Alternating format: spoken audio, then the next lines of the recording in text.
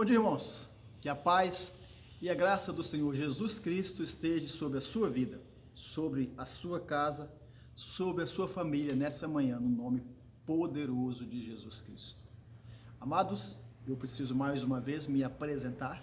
Sou o pastor Marcelo Henrique, sou pastor auxiliar da Igreja Pentecostal Jesus é a Rocha.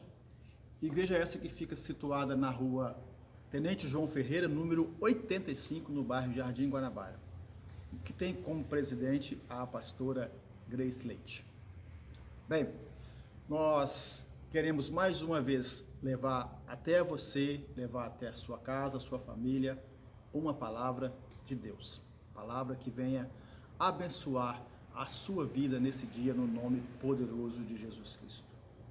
Antes de entrar no texto, eu quero mais uma vez agradecer a você.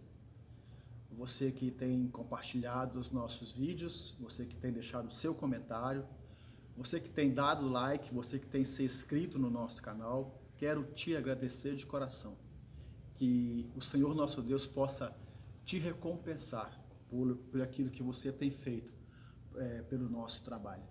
Se não fosse pela sua participação, esse trabalho não se estenderia por tanto tempo. Já estamos há mais de um ano gravando esses vídeos.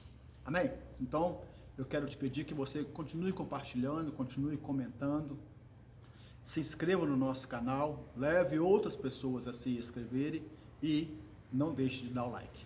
Amém?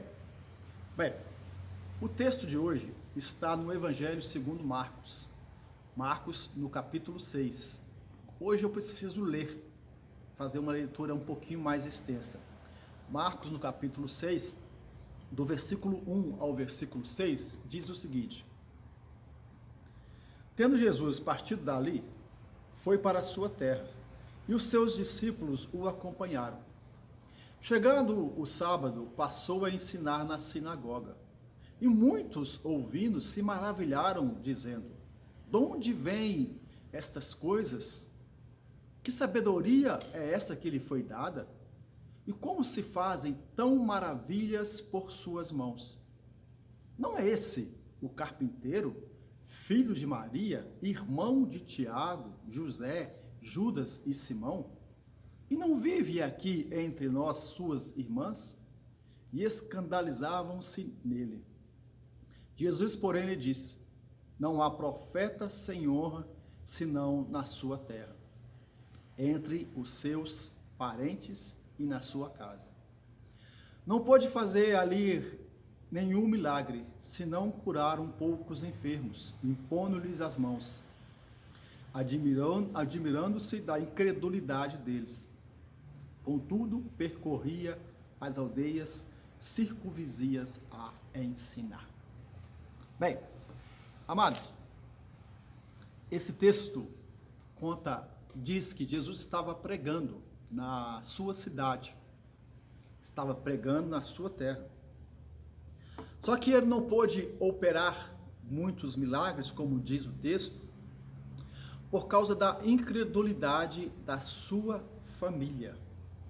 Jesus estava ali com sua mãe, com seus irmãos, a Bíblia dá o nome dos irmãos,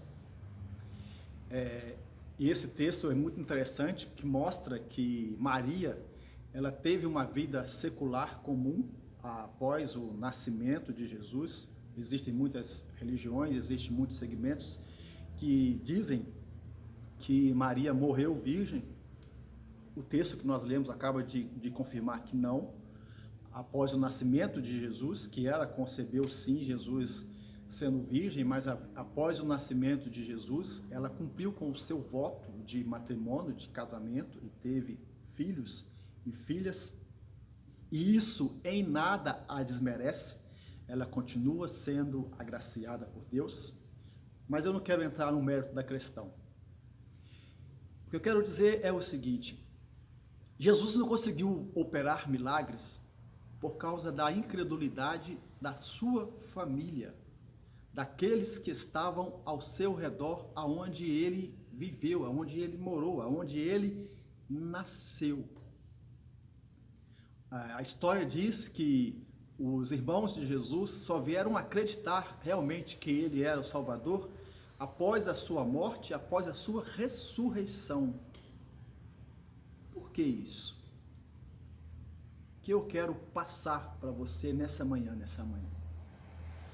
Jesus não conseguiu operar milagres por causa da incredulidade? Sim, eles eram incrédulos por quê? Porque eles estavam familiarizados com Jesus. Eles viram Jesus crescer, viram Jesus como criança brincar, muitas vezes almoçaram com ele, tomaram café com ele, passearam com ele, e eles não conseguiam acreditar que aquele poderia ser o Salvador. Não acreditaram por causa da familiaridade. Nos dias de hoje, a familiaridade, ela atrapalha, ela impede a intimidade. Nós podemos ver isso com os discípulos. Os discípulos não conheciam Jesus, não sabiam quem ele era, mas quando Jesus veio, o chamou, e eles passaram a seguir Jesus, eles passaram a ter intimidade com Jesus. A Bíblia diz que Jesus chamou 12, mas tinha 3 que eram mais íntimos de Jesus, Pedro, Tiago e João. Esses 3 estavam juntos com Jesus no monte, na hora da transfiguração. Lá no monte, poucos minutos antes de Jesus ser preso, Pedro, Tiago e João estavam com ele orando. A Bíblia diz que João ainda era mais íntimo, porque o próprio João diz que se sentia amado. João diz que colocava a sua cabeça no ombro de Jesus. Por quê? Porque eles eram íntimos. A familiaridade, muitas vezes, atrapalha a intimidade. Eu quero te fazer uma pergunta nessa manhã. Você é íntimo de Jesus? Ou você é familiarizado com Jesus? Pastor, como é que eu vou saber a diferença? Como que eu vou discernir uma coisa da outra? Eu vou te dar só uma base para você entender isso, para você conseguir discernir se você é íntimo ou se você é familiarizado com Jesus. Você fala muito de Jesus?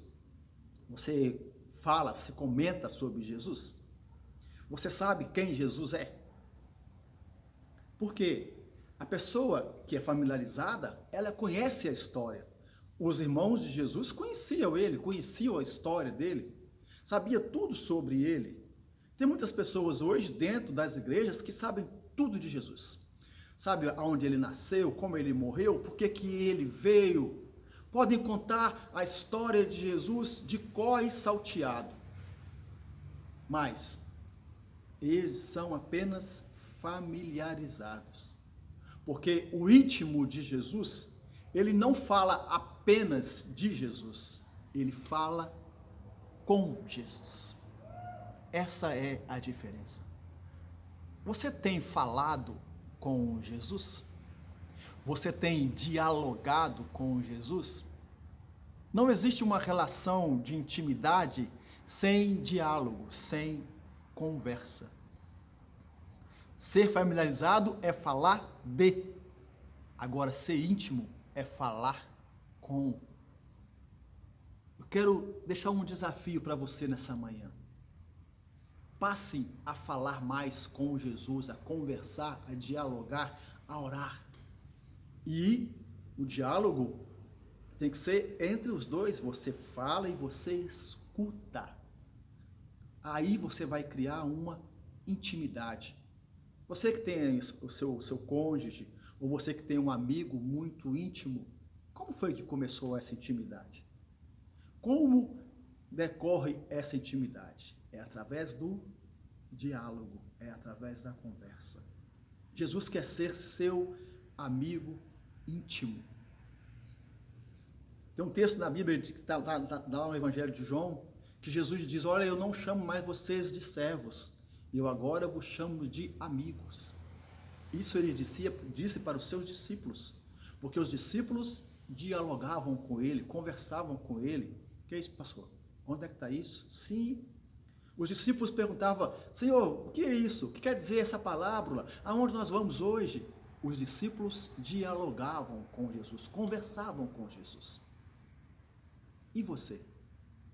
Você é íntimo de Jesus? Ou você é simplesmente familiarizado? Tem anos e anos que tá dentro da igreja, tem anos e anos que se diz cristão, mas é apenas conhecedor da história de Jesus. Não conhece Jesus. Nós conhecemos o texto de Jó. A Bíblia diz que Jó era um homem reto, íntegro e que se desviava do mal. Sabemos das provações, das lutas que Jó passou. E lá no final do seu livro, depois que ele venceu todas as provações, ele disse: eu agora conheço Deus. Eu conhecia Deus apenas de ouvir falar. Agora eu conheço Ele nos meus ossos, na minha carne. Porque Ele passou a ter intimidade. A palavra para você nessa manhã: seja íntimo de Deus. Seja íntimo de Jesus Cristo. Seja íntimo do Espírito Santo. Passe a conversar, a dialogar, a falar com o Pai, a falar com Jesus, a falar com o Espírito. E você vai ver a diferença. Jesus não pôde operar milagre ali naquele lugar, naquela cidade, porque o povo estava familiarizado com ele. Talvez ele ainda não operou um milagre na sua vida, na sua casa, na sua família, porque você ainda não é íntimo dele. Seja íntimo de Jesus. Amém? Que o Senhor possa abençoar o seu dia grandemente. Que o amor do Senhor, que a misericórdia do Senhor, que a graça do Senhor Jesus possa te alcançar nessa manhã, no nome poderoso de Jesus Cristo. Fiquem com Deus e até a próxima. Se assim o nosso Senhor, o nosso amigo, nos permitir. Amém?